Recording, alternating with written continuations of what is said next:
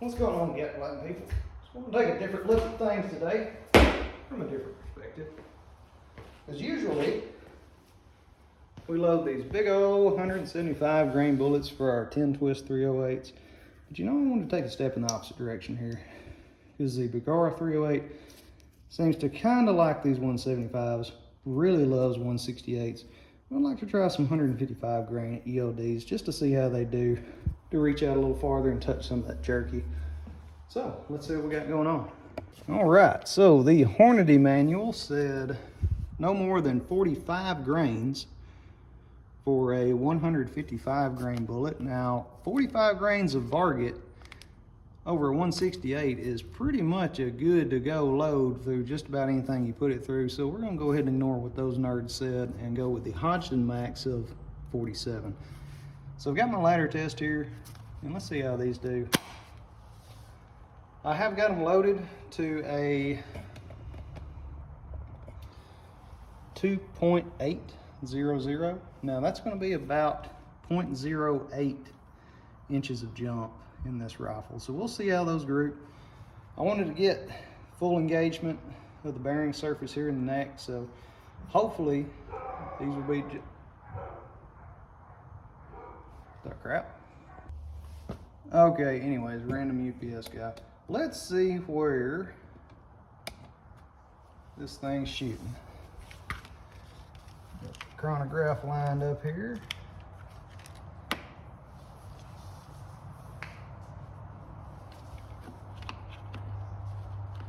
Can you see that any better? Delete.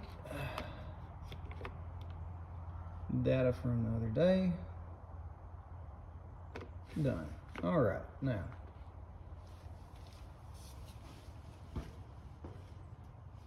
My pen. Yep. All right, good to go. Let's get some ear protection on.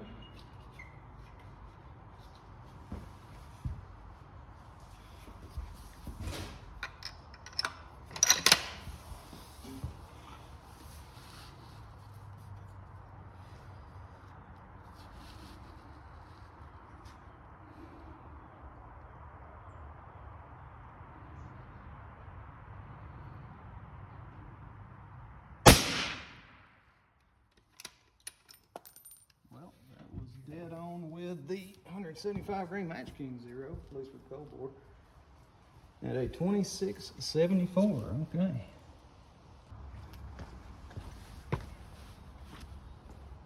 Okay, so our 45-7 load.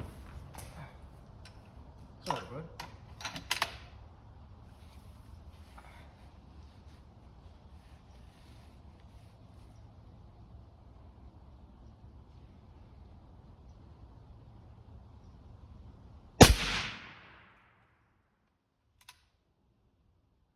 Two 687. 2687. In case the audio needs to catch up there.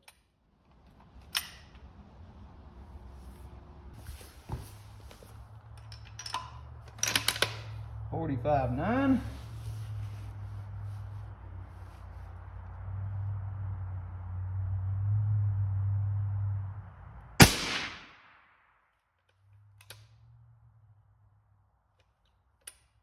It looks like all three of those went into about an inch at 100, and we got 2702. And a 46-1.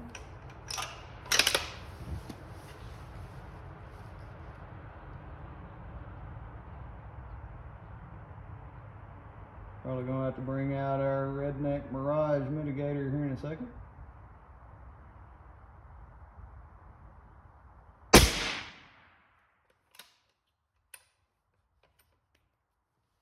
High right and a 2709. All right, next up is a 46.3.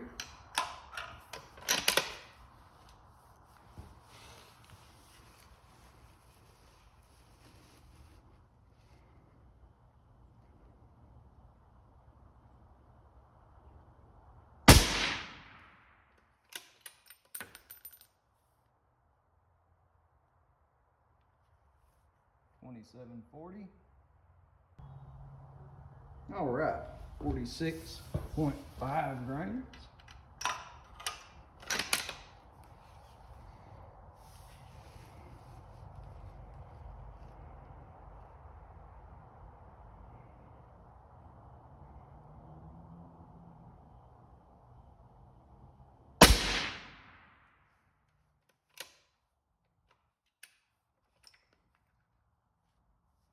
$27.36.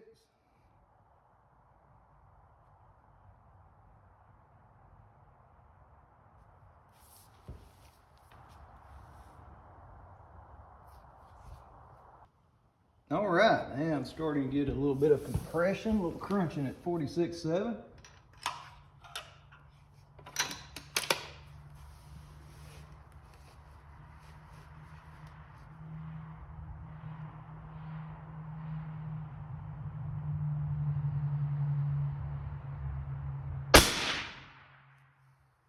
Seven, 2, 3.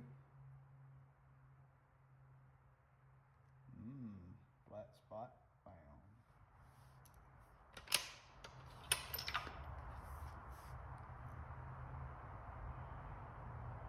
Nothing really going on there. And 46.9. Oh, right there at Hodgkin's max charge.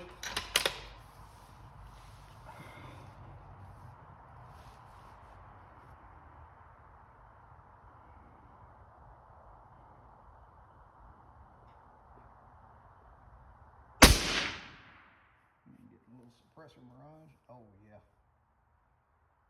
27, 53 at 20 feet per second jump.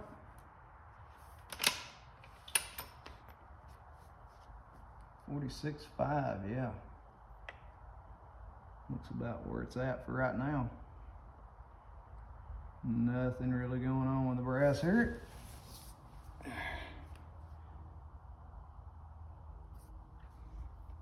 And 47.1.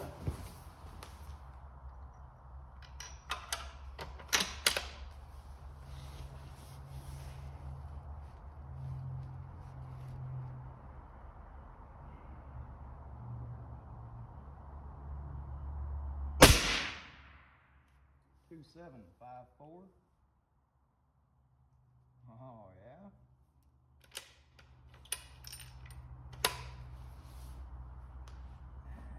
Yeah.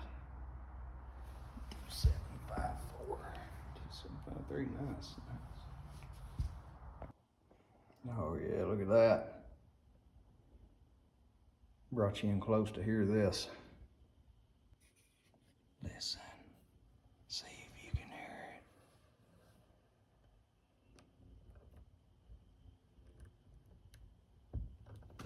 it. Not too much. All right.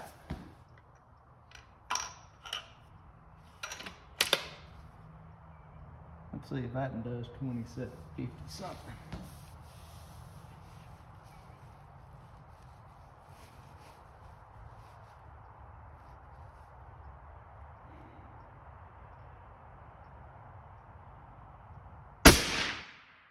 Ah, 27.74.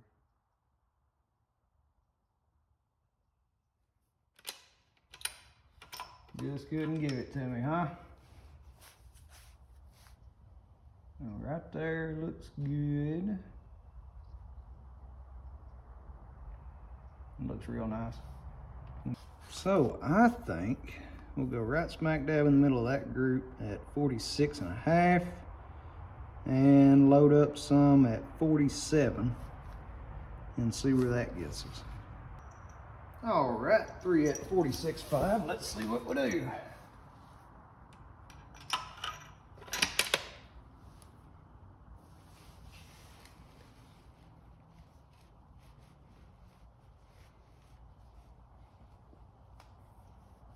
And go.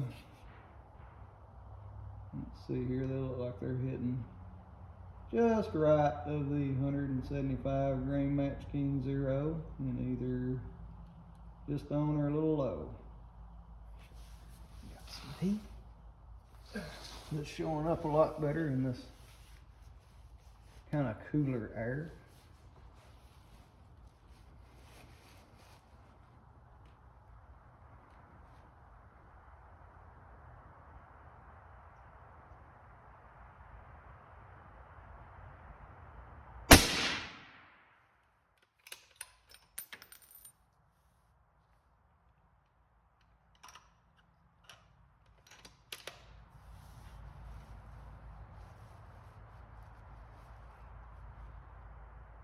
And that went,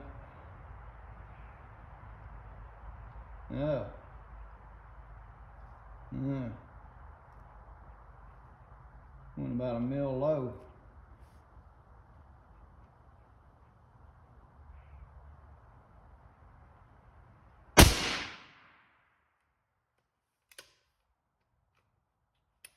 Not quite touching, but right beside each other.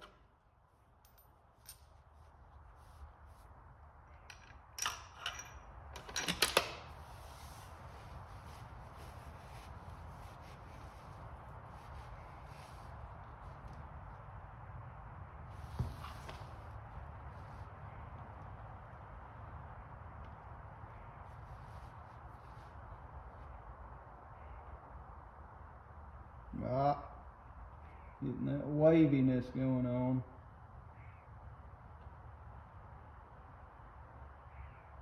I'm gonna get out the mirage mitigator.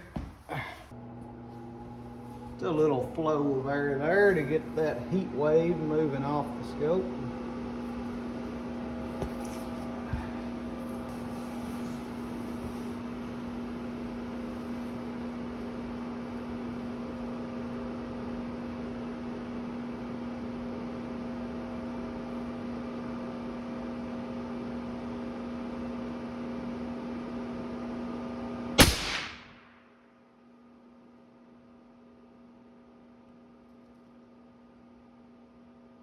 Dang. Unless that one went off the paper completely.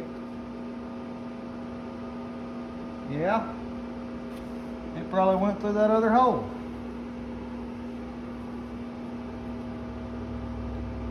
So we've got a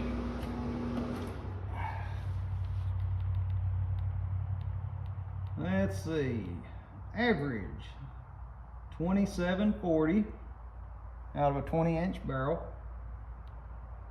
with a standard deviation of 8. Pretty good for a 3-round group. And those look like, what I can see from here, yeah, they're all right beside each other. That looks pretty good. All right, let's go with the 47 grain and see if that's any better. All right, our 47 grainers.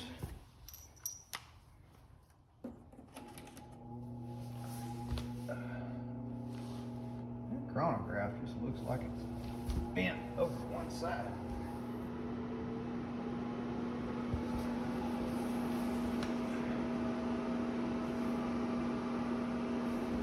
Might just be how I'm looking at it. All right, 47.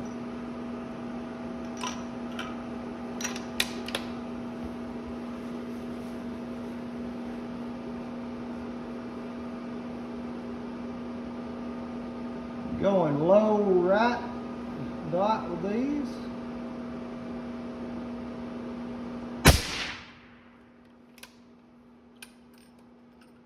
$27.65.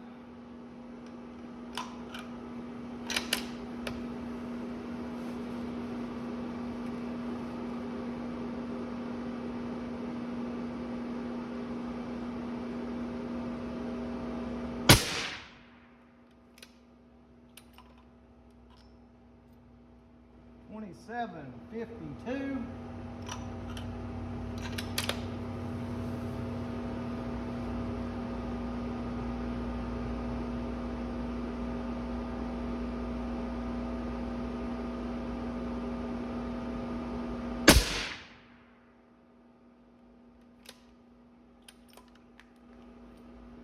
$27.63. All right, so, and those, they opened up a little more.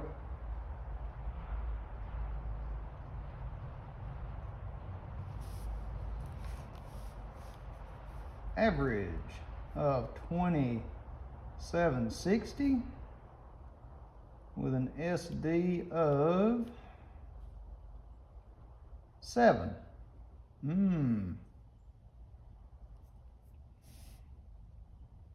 Okay, 2760, SD of 7, extreme spread of 13.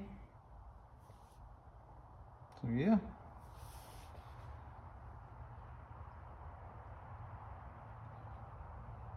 Let's go see what the target looks like.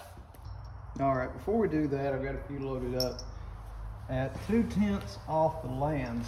See if that makes any kind of difference on the group size.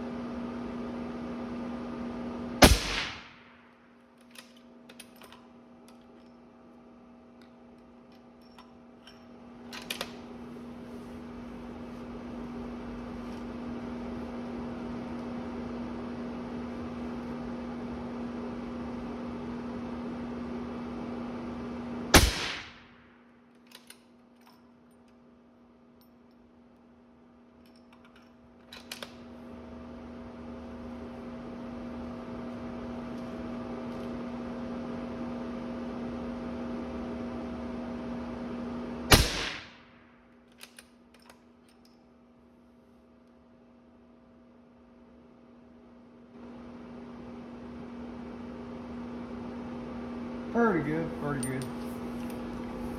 Okay, so looks like the 46.5 had two that went right beside each other, one right here for a 0.65 inches. These are at 100 yards. The two 27 grains even went into a 1.03. And with it set 2/10 off the land, they went into a 0.65. So looks like either one of these is going to be a good place to load at. I think I might go, after I do a little research on whether the bearing surface really matters or not, how far it's set down in the neck, but I think I might just go with this. All right, it looks like I've got a 155 grain load doing 2750. And we can see how far that'll stretch out of this 20-inch. All right, appreciate you watching. Okay, a little post note here about action torque. Now, when I first got that stock, you know, it was a Wilderness Ridge, was the factory configuration that had that pretty looking stock that made your hand all go like this when you're trying to shoot it. And when I'd target shoot, I'd basically just be gripping it kind of like this. So anyways, I went with a Magpul Hunter. I just wanted to try one of those out, and it tightened the groups up, you know, pretty significant amount. And all I did when I put it in the stock was I put the key in the bolt there, and I just give her a little torque until the key started bending, and I called that good. So I did get a torque wrench and start messing around with inch-pounds torque here. And I found out Bergara factory torque is 67 inch-pounds. And this was a 65 inch-pound group here. And it started tightening at 60, 55, and the best at 50 inch-pounds, which just happened to be what my, you know, redneck torque wrenching deal with the, if you bend the key, you're good to go. So that was right where it was at. So I've got this thing torqued down to 50 inch-pounds. That's a little bit lower than what Magpul recommends on their stock. So always remember to play around with your action torque too if you've got a 700 based action.